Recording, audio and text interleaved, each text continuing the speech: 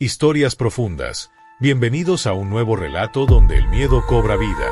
Antes de comenzar, debo ser claro, lo que están a punto de escuchar no es para cualquiera. Si eres menor de 18 años o te consideras una persona sensible, este no es tu lugar. Te sugiero que elijas otro video, porque lo que viene no es fácil de digerir.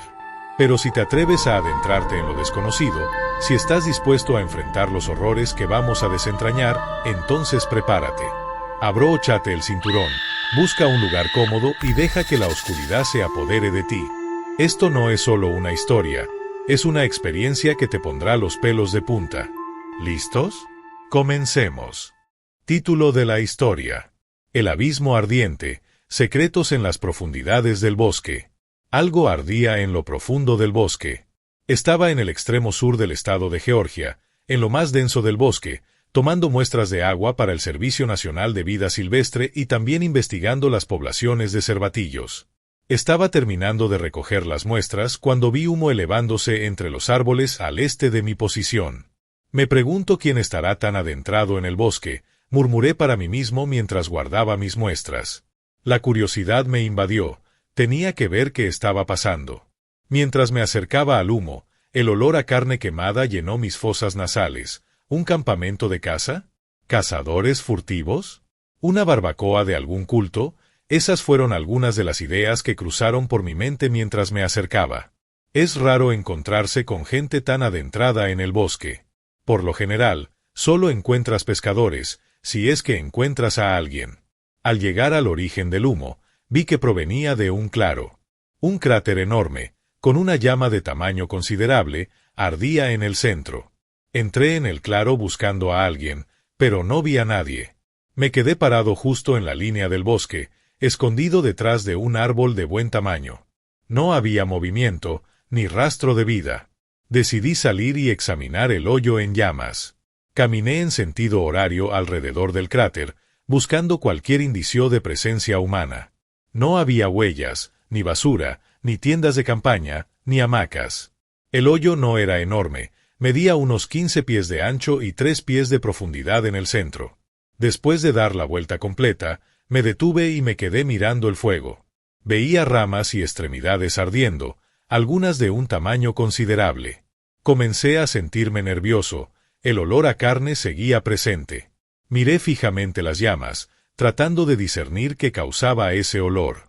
Esto no puede ser un impacto de meteorito o causado por un rayo. Pensé, ¿una explosión de gas del pantano?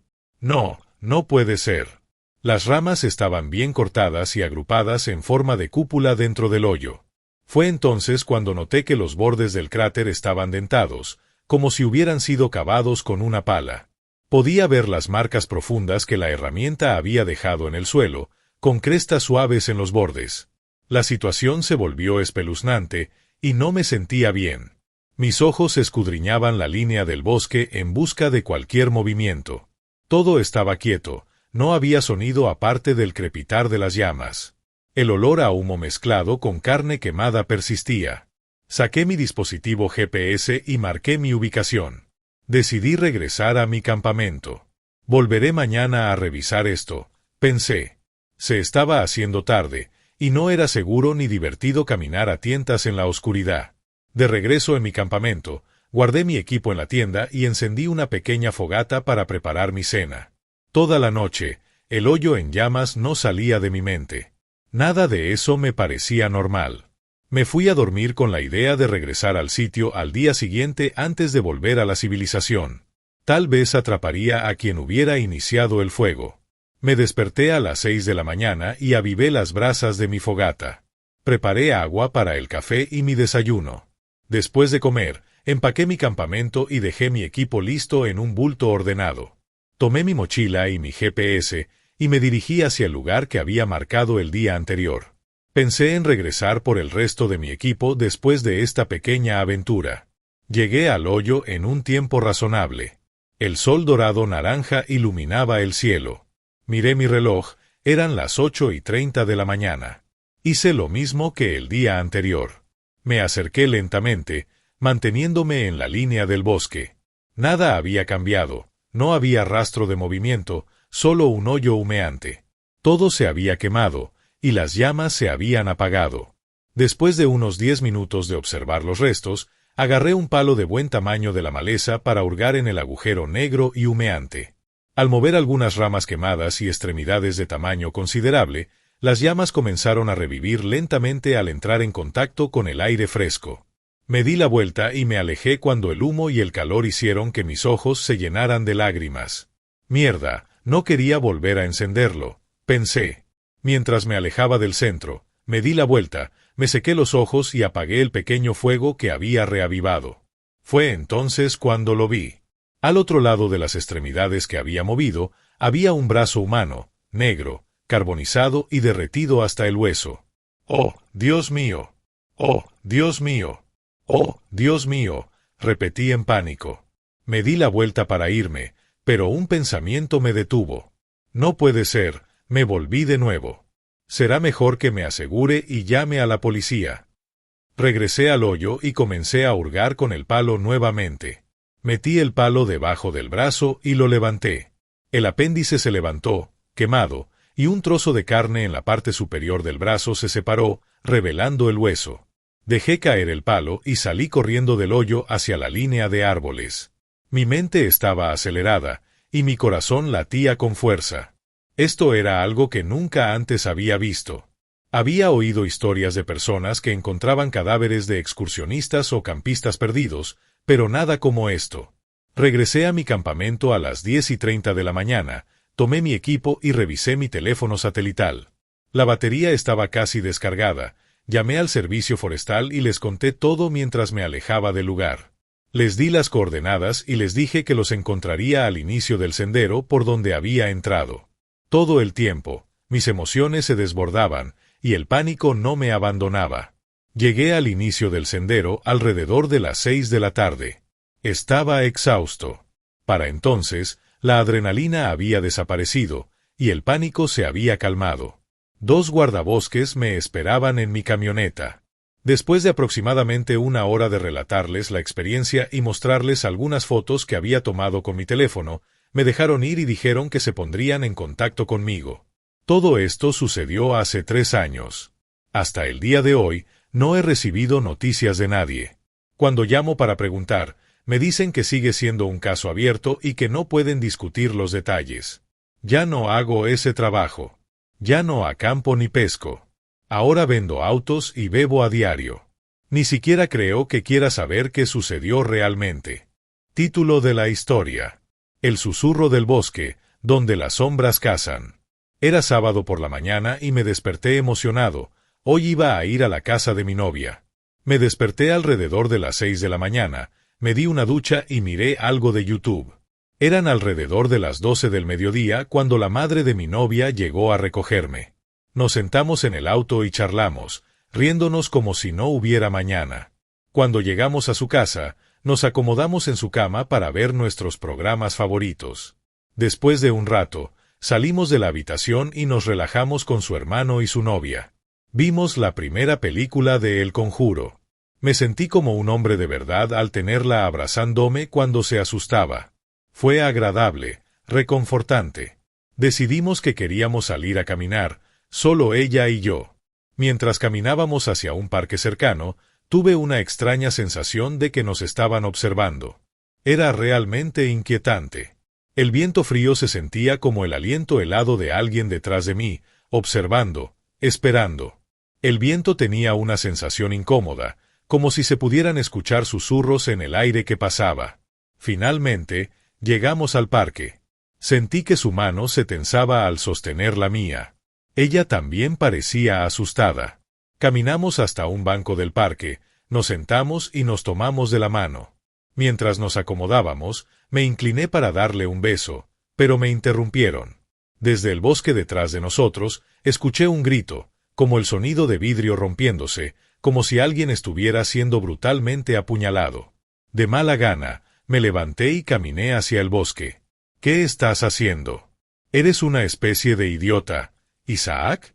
Escuchas un grito y lo sigues, dijo Jaden, visiblemente molesta, y con razón. Pero no podía irme sabiendo que alguien estaba herido y nos necesitaba. ¿Y si es solo una anciana que se cayó y se rompió la pierna o algo así? Deberíamos ir a ver, insistí. De mala gana, Jaden me siguió hacia el bosque. Mientras caminábamos, los palos crujían bajo nuestros pies como huesos rotos. El viento sonaba como murmullos de una conversación lejana. Sentimos una fuerte presencia, como si alguien nos estuviera observando sin que nos diéramos cuenta. Nos adentramos más en el bosque, y yo comenzaba a lamentar mi decisión de entrar en primer lugar. De la nada, y como una completa sorpresa, encontramos la fuente del grito. Ahora, realmente deseábamos no haberlo hecho. Al mirar hacia arriba, vimos un pino de quizás 70 pies de altura. Desde la parte superior hasta el fondo, había un rastro de sangre y órganos, como si un globo lleno de colorante alimentario rojo hubiera estallado. En la base del árbol, yacía un desastre destrozado, el cadáver de lo que sea que había gritado en primer lugar. No sabíamos por qué ni cómo, pero lo que sí sabíamos es que teníamos que salir de allí. Mientras avanzábamos por el bosque, sentimos que ya no estábamos solos. No, sabíamos que no lo estábamos. Detrás de nosotros se oían pasos, como martillos golpeando el suelo. Mientras corríamos, hicimos un descubrimiento aterrador, nos habíamos adentrado demasiado, estábamos perdidos. Luchamos por alejarnos de lo que sea que nos estaba siguiendo. Cuando sentimos que era seguro, nos detuvimos y nos escondimos en unos arbustos debajo de un árbol. Lo siento, todo es mi culpa. Voy a hacer que nos maten, dijo Isaac, con los ojos llenos de lágrimas. Mírame y cállate, vamos a sobrevivir y vas a llegar a casa, vamos a estar bien, solo necesito que seas fuerte, le respondí. Isaac miró hacia arriba con una nueva fuerza encontrada en él. Se levantaron y comenzaron a buscar una salida. Mientras caminábamos por el bosque, escuchamos de nuevo lo que nos seguía, pero esta vez no solo lo escuchamos, sino que lo vimos. Al pasar por un árbol, miramos hacia atrás y vimos a este monstruo, una masa de carne, huesos rotos y órganos unidos, de al menos 2 metros de altura. Jaden pisó un palo que se partió con un crujido demasiado fuerte. ¡Oh, mierda!, susurré. La bestia comenzó a atacarnos, derribando casi los árboles a su paso.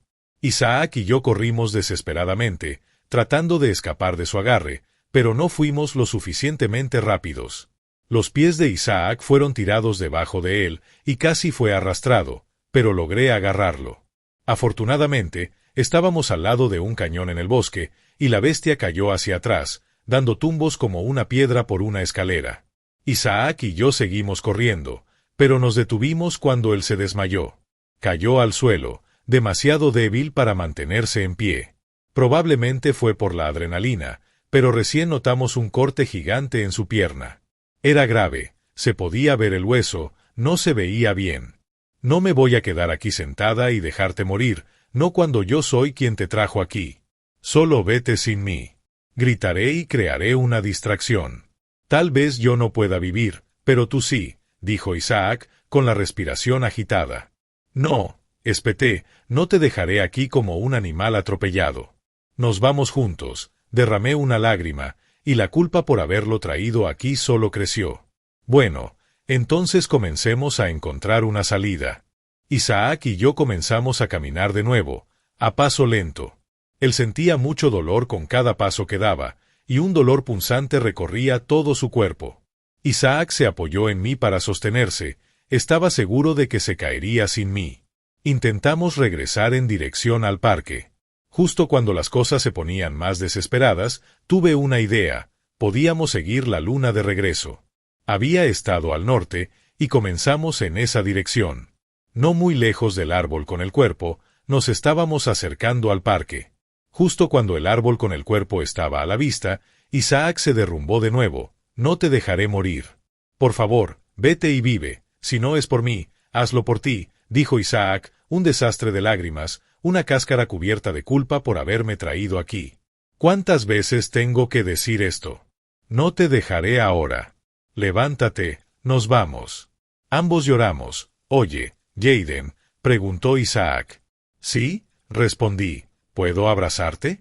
Si muero, quiero abrazarte una última vez, dijo, mientras una lágrima corría por su rostro cubierto de tierra, hojas y agujas de pino atrapadas en su cabello. Puedes abrazarme cuando salgamos de aquí, Ahora levántate, no volveré a preguntar. Mientras nos acercábamos al árbol con el cuerpo, hicimos un descubrimiento horrible. El cuerpo había desaparecido. Todo lo que quedaba era un montón de dientes, sangre y bilis estomacal. Miramos a lo lejos, y ahora, en primer plano, había dos bestias enormes de 7 pies de altura. Cuando miramos más de cerca, no podíamos creer lo que veían nuestros ojos. La segunda bestia era el cuerpo de la mujer, como un cadáver manipulado y estirado hasta los 7 pies de altura. Isaac sostuvo mi boca, preocupado de que un grito pudiera salir de mis labios. Esa cosa hizo otro. Miró mi pierna. «¿No crees que te pasará a ti, verdad?», preguntó, con una ola de preocupación lavándose la cara. «No lo sé, pero vámonos antes de que lo averigüemos». Pasamos junto al árbol donde se encontró el cuerpo. Estábamos a unos 10 minutos a pie de la entrada del bosque. A medida que nos acercábamos, empezó a oírse lo último que queríamos escuchar. No solo un par de pisadas, sino dos. Un golpeteo rítmico en el suelo, una canción que significaría el fin de los dos. A medida que estos monstruos se acercaban, Isaac se desesperó. Me empujó para que siguiera adelante y corrió en otra dirección, chocando árboles y arrojando piedras mientras avanzaba. Su plan funcionó. Yo era libre de correr hacia la salida del bosque, y la luz que brillaba desde el poste de la calle cercano al parque era la única guía para salir. Me detuve, miré hacia atrás y comencé a llamar a Isaac. «Isaac, ¿estás bien? Date prisa, por favor, no te dejaré». Se podía escuchar un grito débil en la distancia. «Tienes que irte, todo va a estar Fue interrumpido abruptamente. Todo lo que se pudo escuchar fue un grito y un chapoteo, como de fruta podrida golpeando el concreto. Huí con lágrimas en los ojos. Había temido lo peor, y con razón. Las palabras de Isaac se repetían en mi cabeza: «Vive, si no por mí, que sea por ti». Temía que se hubiera ido. Justo cuando llegué al parque, miré hacia atrás, y ese mismo grito de vidrio roto desde el banco se escuchó de nuevo, pero esta vez eran 3. Atraparon a Isaac, se había ido. No sé qué pasó, cómo sucedió o por qué, pero lo que sí sé es que esa fue la última vez que salí a caminar por el bosque. Título de la historia: El eco de Emily, el asesinato que aterrorizó a un pueblo. El pueblo de Millfield, antes tranquilo y enclavado en el sereno paisaje del medio oeste estadounidense, cambió para siempre el 4 de abril de 2015.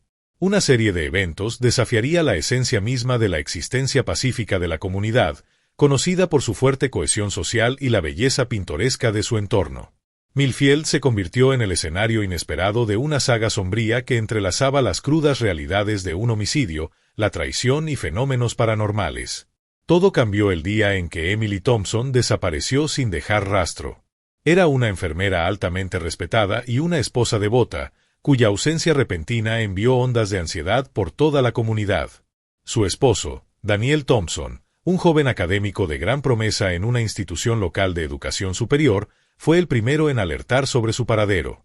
Él afirmó que ella había decidido tomar unas vacaciones inesperadas, una afirmación que parecía incongruente con su carácter meticuloso y su naturaleza constante. Daniel comenzó a mostrarse cada vez más paranoico y errático. Se veía pálido, demacrado y perdió el enfoque en sus estudios de inmediato. Empezó a distanciarse de su familia y fue visto frecuentemente en compañía de individuos de dudosa reputación.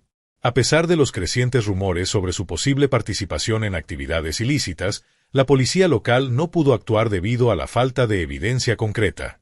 Los amigos de Emily notaron un olor fétido que emanaba de sus patios traseros. Al inspeccionar, no encontraron nada, pero el hedor a muerte y carne humana en descomposición persistía. Tras una investigación inicial, la policía realizó una búsqueda exhaustiva que no arrojó resultados. Desconcertados, utilizaron perros rastreadores de cadáveres, pero tampoco tuvieron éxito. Fue en pleno julio, durante una ola de calor, cuando apareció la primera pista tangible. Los vecinos de la casa de los Thompson fueron despertados por gritos desgarradores y sonidos de gorgoteo. Una vez más, una búsqueda no reveló nada, ni siquiera una gota de sangre fuera de la casa. Las autoridades fueron notificadas nuevamente, pero sus esfuerzos no dieron resultados inmediatos. La tranquilidad del pueblo se quebró cuando, en un fatídico día de agosto, un vecino reportó una presencia inquietante en la casa de los Thompson, una mujer vestida de blanco que vagaba por las calles por la noche, diciendo «ayúdenme», con una voz tranquila que parecía resonar en las calles silenciosas. La policía acudió al lugar, pero no encontró evidencia de nadie. A medida que los días se acortaban y las noches se enfriaban, los rumores crecían. Una noche, un grupo de adolescentes locales afirmó haber visto la aparición fantasmal de Emily caminando por la calle, repitiendo las palabras «ayúdenme», antes de desaparecer en el aire. Los jóvenes quedaron mudos de terror y huyeron, lo que llevó a la policía a investigar nuevamente, sin encontrar nada. Los residentes quedaron atónitos. El dolor y el horror se apoderaron de Millfield cuando descubrieron el bolso de Emily en el parque, un lugar que ella frecuentaba. El bolso contenía su identificación, su placa de enfermera y una nota escrita apresuradamente que decía, «Estoy atrapada y necesito ayuda». La nota fue tan angustiante que sumió al pueblo en un frenesí de miedo y preocupación. Los residentes comenzaron a tomar el asunto en sus manos, buscando a Emily o lo que quedara de ella, sabiendo que ya no estaba viva. El primer avance real en el caso llegó a principios del 15 de septiembre, cuando Daniel fue arrestado en un bar tras pelearse con 3 hombres. El bar estaba en un pueblo vecino, donde había intentado comenzar una nueva vida bajo una identidad falsa. Los oficiales que lo arrestaron encontraron su comportamiento sospechoso y al revisar sus antecedentes, descubrieron que era buscado en relación con la desaparición de su esposa, Emily Thompson. Sin embargo, sin un cuerpo u otra evidencia concreta que respaldara las acusaciones de homicidio, Daniel siguió siendo un sospechoso, no un convicto. Su comportamiento se volvió cada vez más errático y perturbador. Hablaba de escuchar voces que lo instaban a hacer cosas indescriptibles y de ver la figura fantasmal de Emily en las sombras. Los residentes del pueblo estaban divididos entre la compasión por el joven que había perdido a su mejor amiga y el miedo al monstruo en que podría haberse convertido. El caso dio un giro dramático cuando una psíquica local afirmó haber comunicado con el espíritu de Emily, asegurando que había sido brutalmente asesinada por una fuerza invisible y que su cuerpo estaba escondido en algún lugar del pueblo.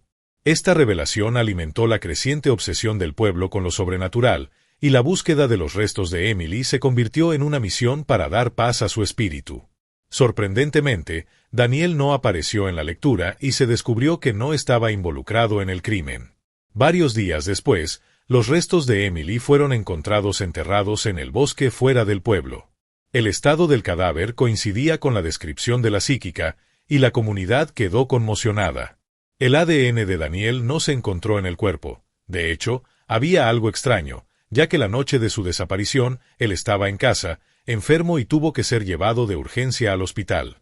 Tras un examen más detallado, se concluyó que Daniel no era el asesino.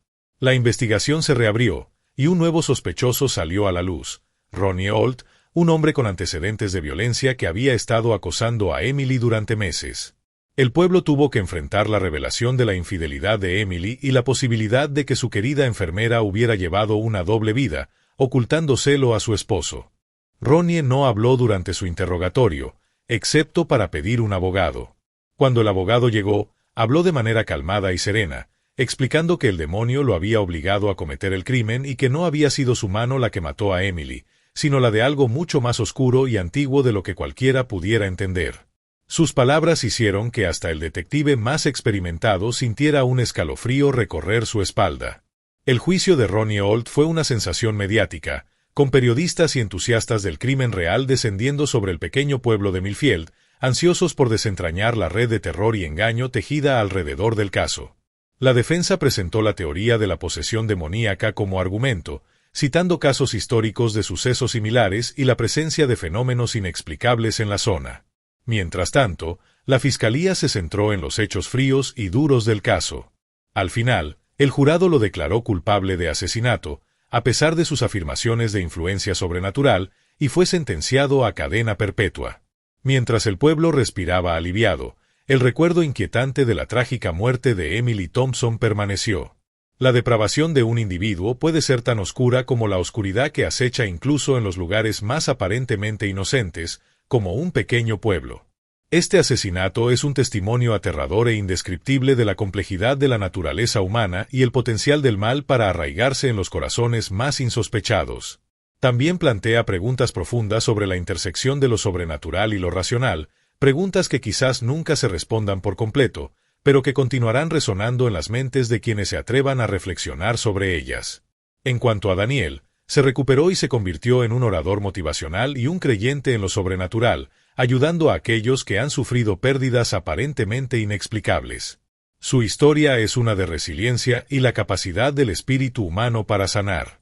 Aunque las cicatrices de su pasado quizás nunca desaparezcan por completo, encontró una manera de canalizar su dolor en algo positivo, sirviendo como un faro de esperanza para quienes se encuentran en los lugares más oscuros, buscando respuestas a preguntas que tal vez nunca se entiendan por completo.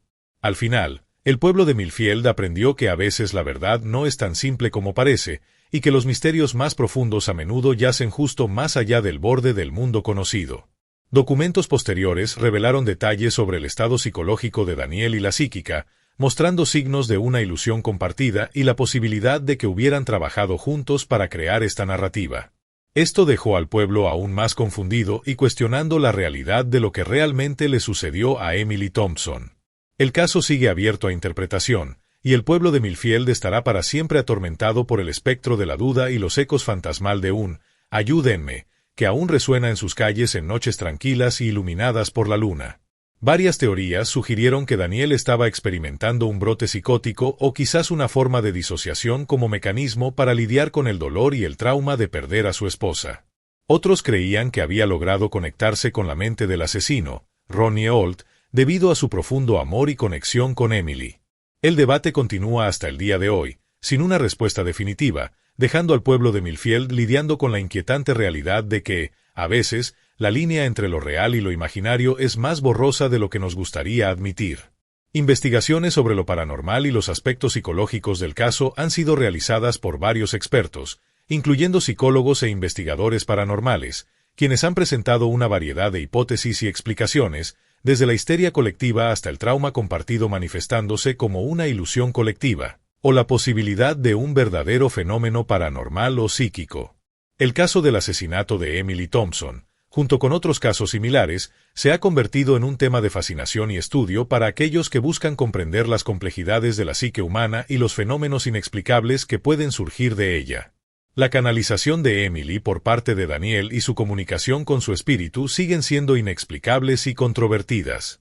Los escépticos señalan la falta de evidencia empírica para respaldar tales afirmaciones, mientras que los defensores argumentan la existencia de una dimensión más allá de nuestra comprensión.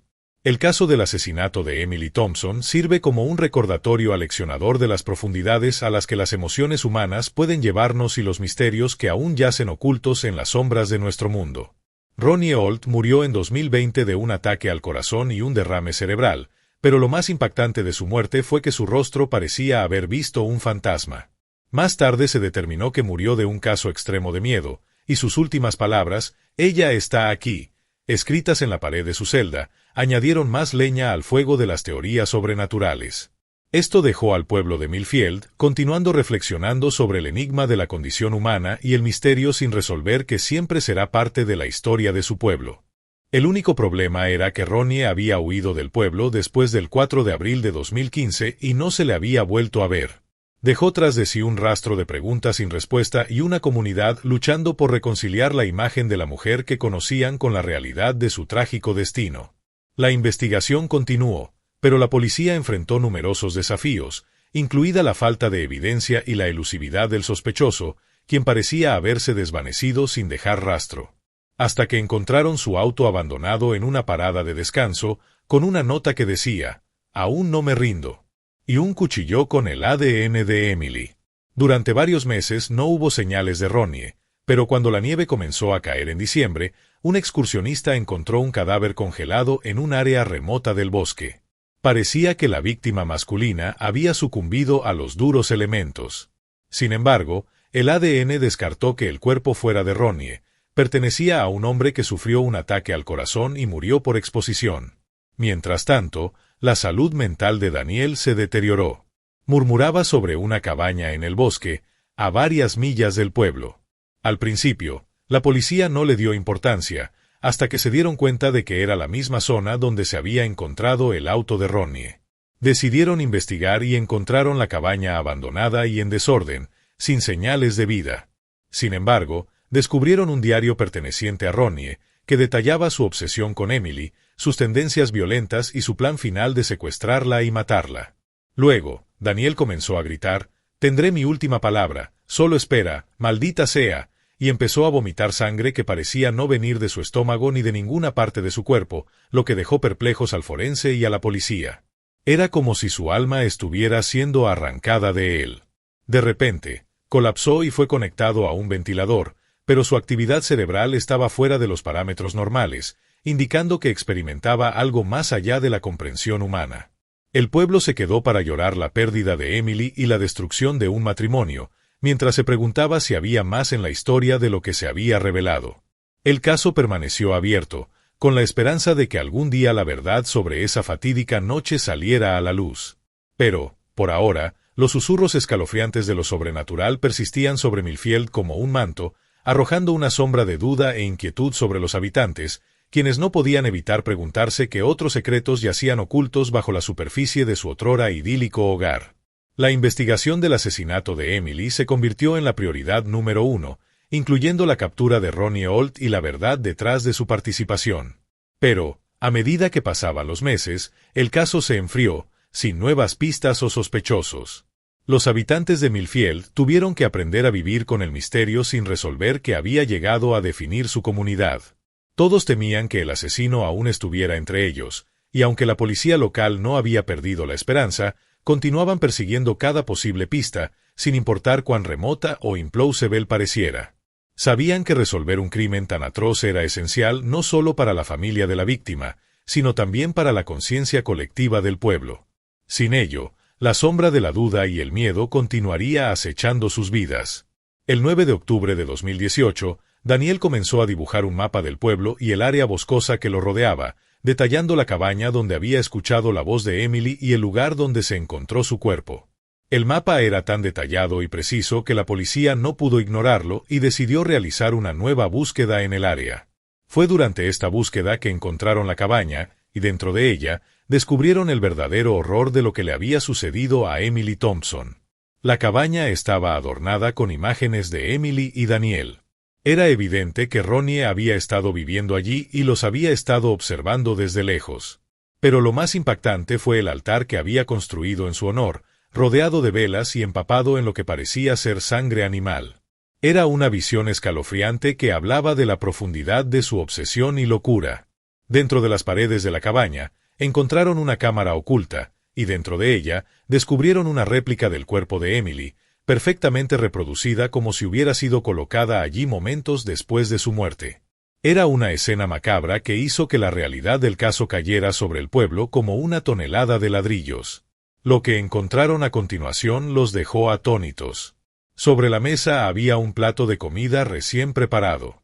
Decidieron apostarse en el lugar hasta que el sospechoso, Ronnie Holt, regresara. Con sus armas listas, rodearon la cabaña y esperaron a que saliera el sol. Fue entonces cuando vieron a una figura acercarse. Era Ronnie, pero lucía mucho más viejo y débil que en las fotos que tenían de él. Lo capturaron tras una situación de barricada que duró 1 hora y lo llevaron de regreso a Millfield para enfrentar sus crímenes. Durante la confrontación, Ronnie comenzó a decir que no había sido él quien cometió el crimen, sino una fuerza que había tomado control de su cuerpo, un demonio que había estado acechando el bosque durante siglos, buscando vengarse de mujeres infieles y sus amantes. Afirmó que el demonio lo había obligado a hacerlo y que había estado luchando contra su control todo el tiempo. Los residentes del pueblo se debatían entre la incredulidad y el terror mientras escuchaban sus palabras. Algunos las descartaron como los desesperados balbuceos de un loco, mientras que otros se cuestionaban la propia realidad. Título de la historia: La casa del tiempo perdido, el misterio de la mansión abandonada. Esta es una historia que ocurrió cuando tenía alrededor de 17 años. Yo, un chico de 21 años, estaba patinando por los largos caminos rurales cerca de mi casa. Solía pasar por una vieja choza cada vez que salía a patinar. Parecía una pequeña casa de estilo shotgun pintada de blanco con detalles en azul claro. Un día, mientras patinaba, la curiosidad me invadió y decidí adentrarme a través de la hierba alta y las malezas que rodeaban el lugar. A medida que me acercaba, algo se sentía extraño, realmente extraño, y decidí rodear la casa en lugar de entrar por la puerta principal. Para mi sorpresa, la pequeña casa era en realidad muy larga, e incluso tenía una ampliación en un costado. Desde atrás, parecía una L, pero la parte más corta daba hacia la carretera. Finalmente, encontré una forma de entrar y me colé al interior. Tuve que gatear a través de una pila de ropa vieja que bloqueaba la puerta, y una vez dentro, me quedé impactado. La casa estaba extremadamente sucia, pero cuanto más me adentraba, más podía ponerme de pie, y cuanto más avanzaba, más limpia parecía estar. Cuando llegué al final de la casa, parecía habitada. Era como si, desde que fue construida en los años 50, nada hubiera sido tocado. Lo que me resultó extraño fue que la parte más profunda de la casa estaba limpia y sin polvo. Recuerdo haber entrado a la casa alrededor del mediodía, pero a medida que pasaban los minutos, me sentía cada vez más incómodo. A las 12:25, escuché a alguien llamar mi nombre y salí corriendo lo más rápido que pude. Al pasar por la última ventana, pude ver luz afuera, pero cuando terminé de gatear y salí, me quedé helado. Estaba oscuro afuera, y mi teléfono, con solo un 1% de batería, marcaba las 6:55 de la tarde. No podía creer lo que veía. Tomé mi patineta y corrí lo más rápido que pude. Semanas después, me conecté a una transmisión en vivo de Instagram y decidí regresar, pero la casa era diferente. El lado donde estaba el porche se había hundido en el suelo, y la ampliación de la casa se había desprendido del techo. No podía entenderlo. Siguiendo mi mejor juicio, entré de nuevo y encontré que la casa estaba exactamente igual que la primera vez que entré, pero un armario que antes estaba cerrado ahora estaba abierto. Era la única parte que no había explorado. Todas las ropas dentro estaban podridas, pero en una bolsa de plástico encontré un traje negro con rayas plateadas. Para mi asombro, me quedaba perfecto, así que lo tomé y me fui de allí. Años después, todavía tengo el traje y, de hecho, vivo en un pueblo cercano al que solía habitar. Podría regresar, pero creo que preferiré quedarme con los recuerdos, solo para estar seguro. Título de la historia: El abismo de la maldición, la mujer del escotillón. Mi nombre es Kate Werlaner, y mi familia y yo acabamos de mudarnos al norte del estado de Nueva York. La casa en la que vivimos es bastante antigua, y desde que nos instalamos, he tenido una sensación de inquietud, especialmente en mi habitación. Hace apenas 7 días, vi a una mujer saliendo de la escotilla que hay en mi cuarto. Luego, me desmayé. Cuando desperté, la escotilla estaba cerrada, como siempre, pero había marcas de arañazos justo al lado, como si algo se hubiera arrastrado para salir. Se lo conté a mis padres, pero dijeron que solo había sido un mal sueño y que mi perro, Decker, probablemente había hecho esos rasguños. En la escuela, un niño se sentó a mi lado y me dijo: «Así que te mudaste a la casa prohibida». ¿Casa prohibida?, pregunté. Él continuó: «Hace mucho tiempo, una mujer de la que se rumoreaba que era pura maldad cayó por una escotilla en alguna parte de la casa. No la encontraron hasta que su hermana vino de visita. La hermana cayó muerta del susto al ver el estado en el que estaba la mujer. Al caer, la hermana aterrizó sobre la puerta de la escotilla, sellándola de nuevo, y la llave se perdió mientras retiraban el cuerpo de la hermana de la escena. Dicen que la mujer murió, pero no su maldad. Se rumorea que acecha la casa y que irá tras quien ocupe la habitación con la escotilla». Pero yo tengo la habitación con la escotilla», dije, temblando. «Eso es malo. No has tenido ninguna experiencia rara relacionada con la escotilla, ¿verdad?», preguntó. «Bueno, tuve un sueño en el que una mujer espeluznante salía arrastrándose de la escotilla, pero cuando desperté, había arañazos frescos afuera de ella. Dios mío, hagas lo que hagas, no te acerques a la escotilla. Grita a todo pulmón si la ves». «Ok», respondí. Más tarde, cuando regresaba a casa, la vi asomándose por mi ventana. Estaba en mi habitación. Corrí hacia la casa, subí rápidamente a mi cuarto, pero ella ya no estaba. Eso fue hace 6 días. Anoche, Cuando me fui a dormir, desperté y la vi de pie junto a mi cama. Grité aterrorizado, pero ella simplemente me arrastró al sótano. Escuché los gritos de agonía en el piso de arriba. Se llevó a mis padres. Se llevó a mi hermana. Oí un golpe en la puerta principal. Recordé que había invitado a mi amigo de la escuela para que me ayudara. Ahora desearía no haberlo hecho. Escuché a mi amigo gritar de agonía, el sonido de la sangre salpicando, algo pesado golpeando contra la pared, los gritos cesaron. Desperté, aquí todo es perfecto, somos una familia feliz en la escotilla. Lamento haberte contado mi historia, porque ella puede meterse en tu mente. Te hará dirigirte hacia nuestra casa. Puedes intentar resistirte, pero no funcionará. Ser destrozado solo duele un poco, y vale la pena. Espero que no seas débil de estómago, porque hay mucha sangre cuando entras por primera vez. Pero la escotilla es simplemente perfecta. Pronto será tu hogar, ven, únete a nuestra feliz familia. Realmente te encantará. Confía en mí, es la perfección, es el lugar de los sueños. No resistas sus poderes. No te atrevas a negarla, porque ella es la perfección, ella es mi vida, te veré en la escotilla pronto. Título de la historia. El eco del secador, el niño que nunca se fue. Cuando era un niño pequeño, vivíamos en un pueblo pequeño con una comunidad muy rural. Mis hermanos y yo éramos, en su mayoría, niños que se cuidaban solos. Después de la escuela, explorábamos la zona y jugábamos a juegos como el escondite o la mancha. Una tarde, después de que mi mamá llegó a casa, me pidió que fuera a buscar a mi hermano para que la ayudara a limpiar mientras ella preparaba la cena. Yo había estado jugando con él antes de que ella llegara, así que no debería estar lejos. Salí afuera, buscando alguna señal de él, pero no lo encontré. Grité su nombre y no obtuve respuesta. Me pregunté si se estaría escondiendo de mí. Busqué afuera en todos los lugares habituales donde nos escondíamos, pero no estaba allí. Qué raro, tal vez se estaba escondiendo dentro de la casa. Revisé nuestra habitación, pero aún no había rastro de él. Un poco molesto, me pregunté si estaría escondido en algún otro lugar de la casa. De repente, sentí un impulso de revisar la secadora. En ese momento, me pareció algo normal, a pesar de que nunca nos habíamos escondido allí y yo nunca lo había hecho antes. Pero, al recordar ese día, me doy cuenta de que fue algo demasiado específico y fuera de lo común como para ser una coincidencia. Bajé lentamente las crujientes escaleras del sótano, tratando de ser lo más silencioso posible.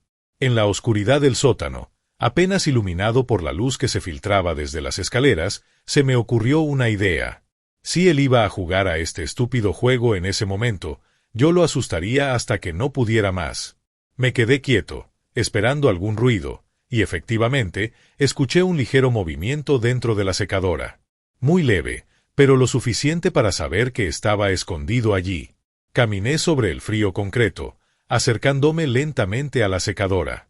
Al acercarme a la puerta y colocar mi mano en la manija, me aseguré de llenar mis pulmones para gritar lo más fuerte y rápido que pudiera. Abrí la puerta de golpe con un rugido, sintiéndome como un oso rabioso acorralando a su presa. Mi hermano estaba allí, pero no reaccionó en absoluto. Esperé alguna respuesta, pero no hubo ninguna. Le pregunté si estaba bien y le puse una mano encima. Al hacerlo, su piel se sentía inexplicablemente caliente y áspera, como la carbonización de un bistec. Su cabeza giró para mirarme, pero no como el movimiento natural de una persona al voltear. Un momento tenía la cabeza entre las piernas y, al siguiente, me estaba mirando directamente al alma, con lágrimas corriendo por su rostro cubierto de ceniza y hollín. Ese no era mi hermano. No se parecía en nada a él, al menos no por lo que podía ver en la oscuridad. Además, mi hermano tenía cabello. Sentí como mis entrañas se hundían en el suelo mientras retrocedía, aterrorizado. Tropecé conmigo mismo y caí de espaldas con fuerza. Cuando miré hacia arriba, todavía en el suelo, él había desaparecido. Me di la vuelta y corrí escaleras arriba, sentándome en el sofá sin decir una palabra. Eventualmente, reuní el valor para vocalizar lo que había experimentado, y al hacerlo, las lágrimas brotaron de mis ojos. No podía hablar de ello sin revivir el miedo. Mi mamá parecía confundida. Yo tampoco lo habría creído si no lo hubiera visto, pero normalmente, cuando los niños mienten, no expresan tanto miedo como yo lo hice esa noche. Ella me abrazó y me dijo que todo estaría bien, que ahora estaba a salvo. Después de unos minutos, mi hermano entró por la puerta principal.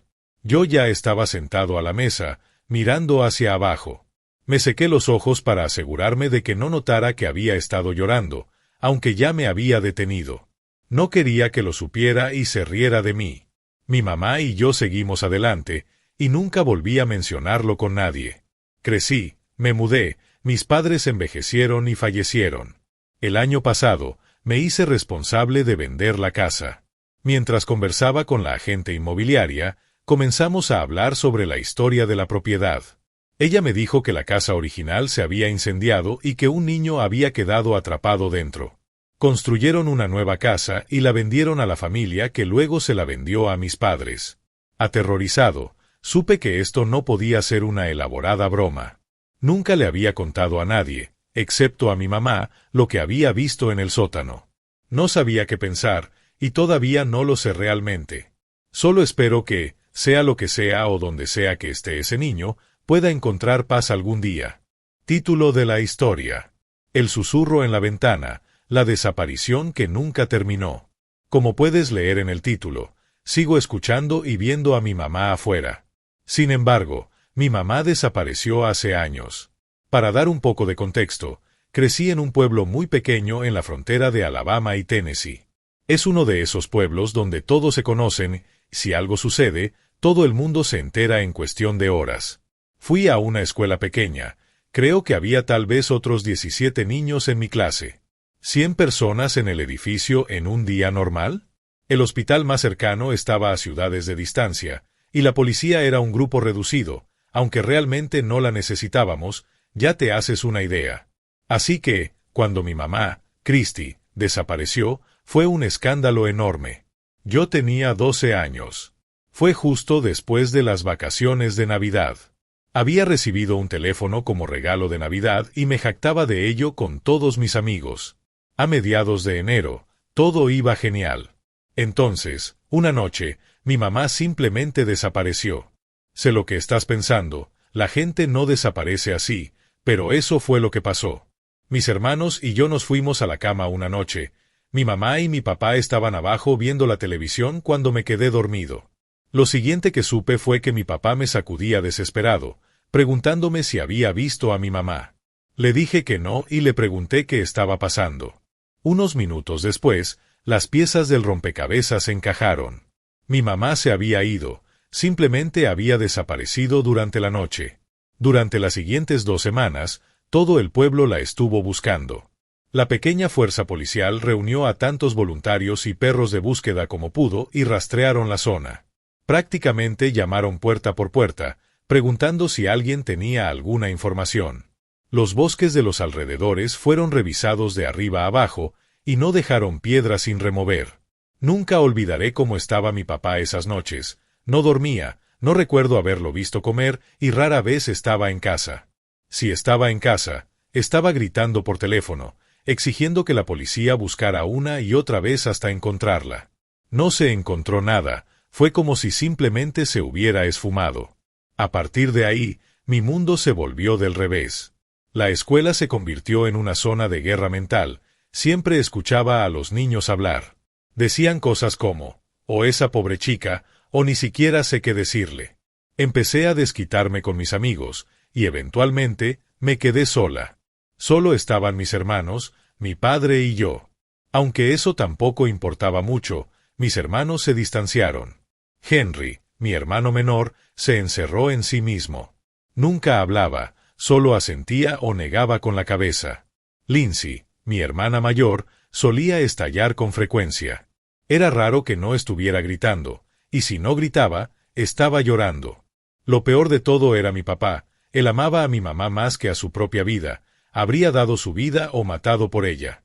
Aún así, hizo lo mejor que pudo por nosotros.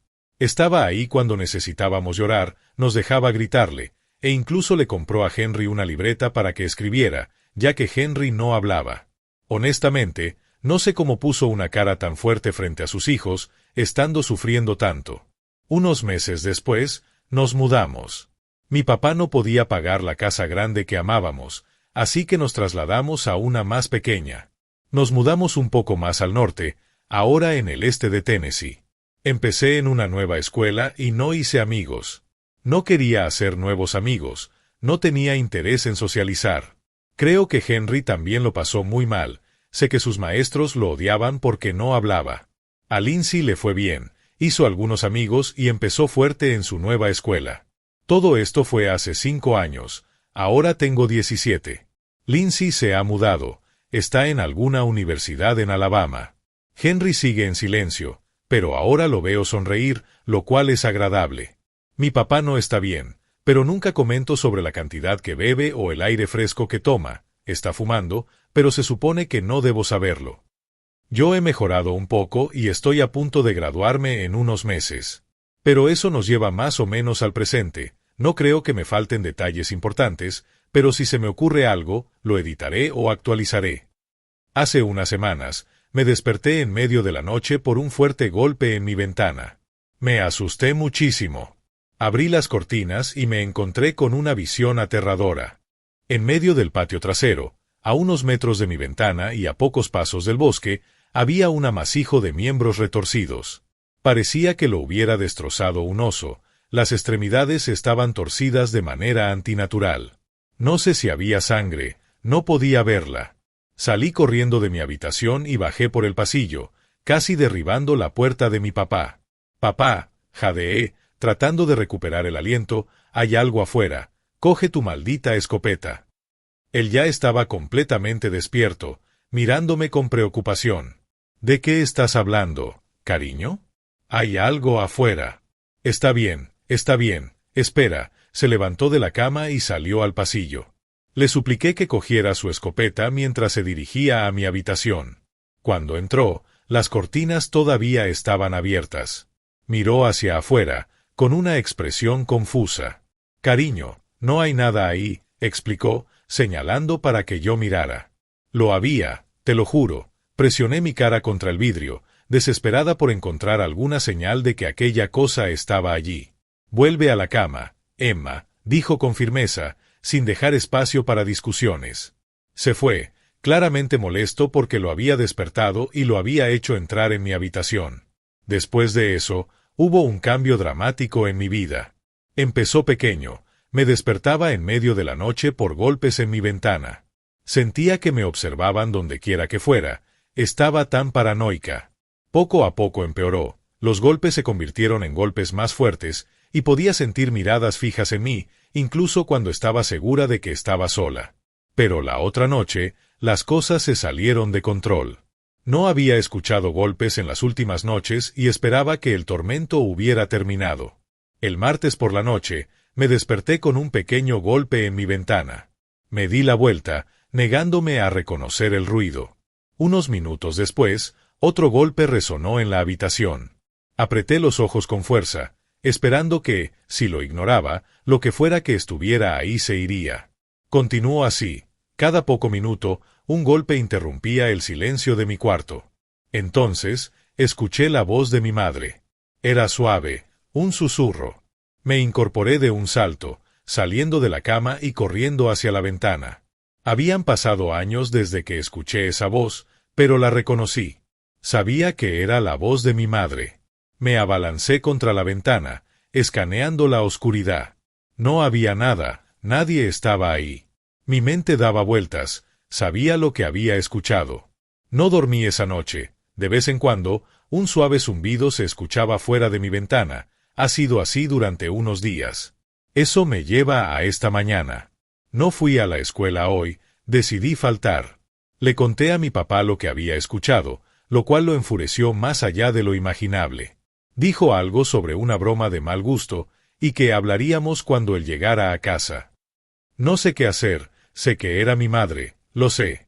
Reconozco su voz, si alguien tiene alguna información o consejo, por favor, estoy desesperada, no sé qué hacer.